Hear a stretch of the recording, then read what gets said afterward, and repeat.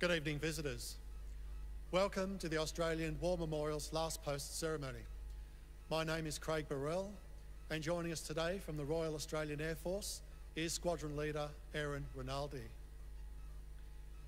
We warmly welcome the family of Private Norman Albert Murphy, whose story will be told shortly.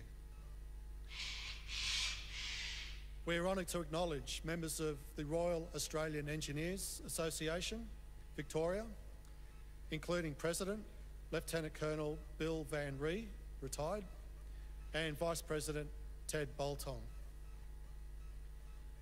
We welcome the veterans who have served, those that are still serving, and the families that support them. We acknowledge the members of RSL and Services Clubs Association, RSL Victoria, and RSL Queensland, who are watching the broadcast of this ceremony across Australia. We are particularly honoured to welcome Mr. Graham Frode, President of the Balwyn North RSL Sub-Branch, and Mrs. Gwenda Frode, Secretary of the Balwyn North RSL Sub-Branch. During the ceremony, wreaths will be laid at the base of the Pool of Reflection by family, visitors and students on behalf of the following schools: from New South Wales, Oberon Public School and Cranebrook Junior School, and from Victoria, St Ambrose Parish School, Woodend. Please stand and join in singing the National Anthem.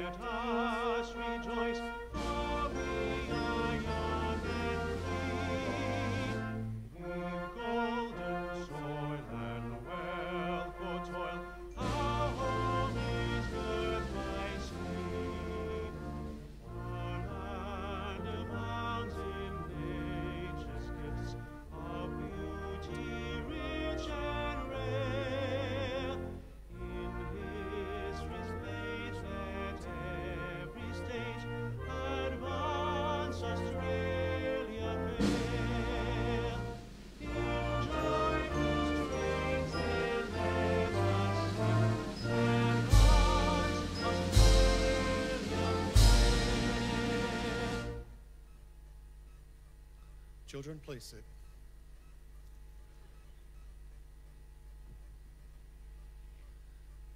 The Australian War Memorial was the vision of Charles Bean, Australia's First World War official historian. Bean landed with the Australian troops on Gallipoli and stayed with them at the front through to the end of the war. The idea of this national memorial and museum came to him at Pozières, France, in the depths of the bloody fighting of 1916. Bean's idea was that this would be a place where families and friends could mourn their loved ones buried in faraway places. It would also be a place that could help all Australians understand what these men and women had endured and what they had done for us. Bean's vision, to which we remain true, is best expressed as inscribed in the entrance to the memorial's galleries. Here is their spirit, in the hearts of the land they loved, and here we guard the record which they themselves made. Tonight, we will read the story behind just one of those on the Roll of Honour, which lists the names of more than 102,000 men and women who have given their lives for us in war and operations for more than a century. But first, we present a lament, Flowers of the Forest. Wreaths or floral tributes will now be laid at the base of the Pool of Reflection.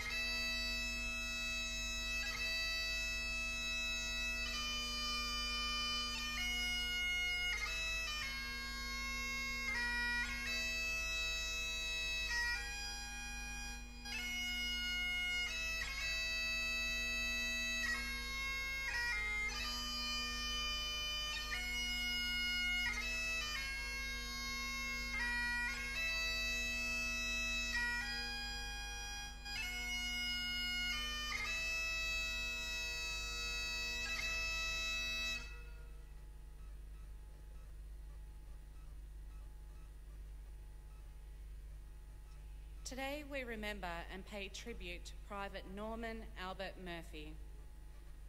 Norman Murphy was born in 1895, one of 5 children of Arthur and Maggie Murphy of Burham's Mail near Wagga Wagga in the New South Wales Riverina.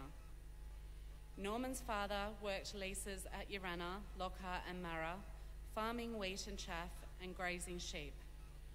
After his schooling, Norman worked as a labourer, most likely helping his father work the land through the Riverina.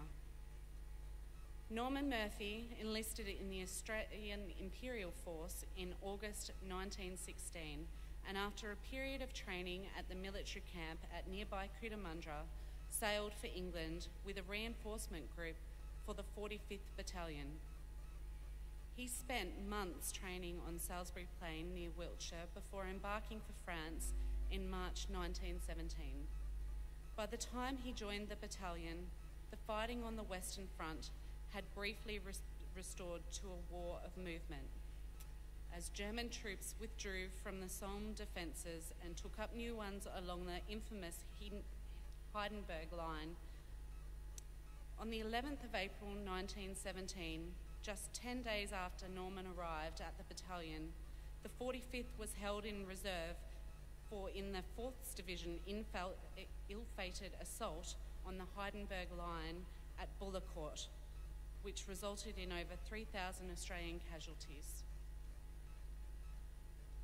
The 4th Division was relieved from their frontline duties in the weeks after the battle, during which time Norman was briefly hospitalised with scabies. When he returned to the battalion in June, the focus of the British operations had shifted north in Belgium, where the British were preparing to carry out a major offensive in an attempt to break out of the so-called Ypres salient. Preparation for this offensive involved capturing the German defences along the Messines Ridge, which overlooked the Belgian city of Ypres from the southeast. The 45th Battalion formed part of the 4th Division's assault on the Germans at Messines Ridge on the 7th of June 1917. Attacking alongside the British and New Zealand troops, the assault began with the detonation of 19 underground mines beneath the German defences. The infantry began their assault and captured the smouldering remains of the positions on top of the ridge. As the 4th Division pressed on to the defences beyond, where German resistance stiffened. As the Australians gained ground over the following days, they were subjected to heavy artillery and machine gun fire from increasing German resistance. Messines was a resounding success, but victory came at a heavy price. Among the Australians' 4th Division, 2,600 casualties in the fighting at Messines was Norman Murphy. He was listed as missing after the fighting on the 7th of June. Norman was last seen in a support trench, severely wounded in the head, neck and arms, and waiting for stretcher bearers to administer first aid. At the time, he was wavering in and out of consciousness through loss of blood and was, according to one man, given a piece of paper on which he began writing a letter to his mother and father. On account of the bad state he was in, one man reported, the writing couldn't be deciphered. Despite the vivid report, Norman was never seen again. He remained missing until a court of inquiry held in March 1918 determined that he, Norman Murphy, had died on the 7th of June 1917. He was just 21 at the time of his death. Today, his name is listed on the Menine Gate Memorial alongside 6,000 other Australians who died in fighting in Belgium who have no known grave. His name is also listed on the Roll of Honour on my right, along with 62,000 other Australians who died while serving in the First World War. His photograph is displayed today beside the pool of reflection. He can be seen on the left of the photograph.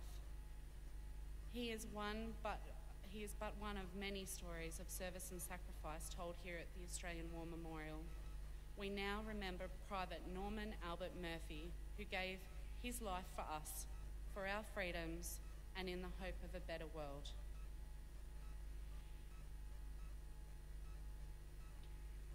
Please stand for the ode and the sounding of the last post.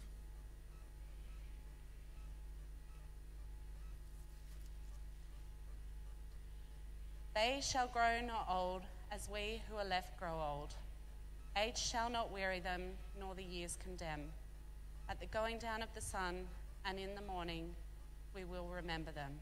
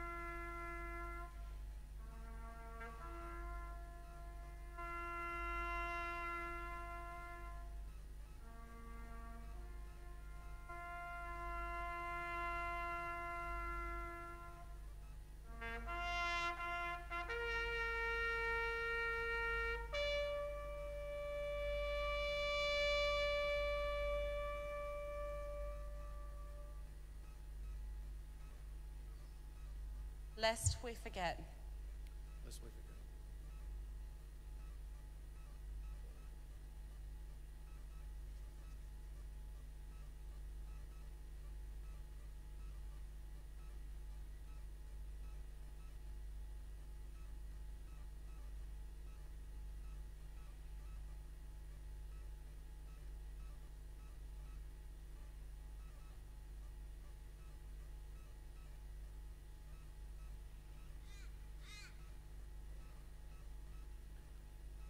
We leave you this evening with the words of the memorial's founder, Charles Bean.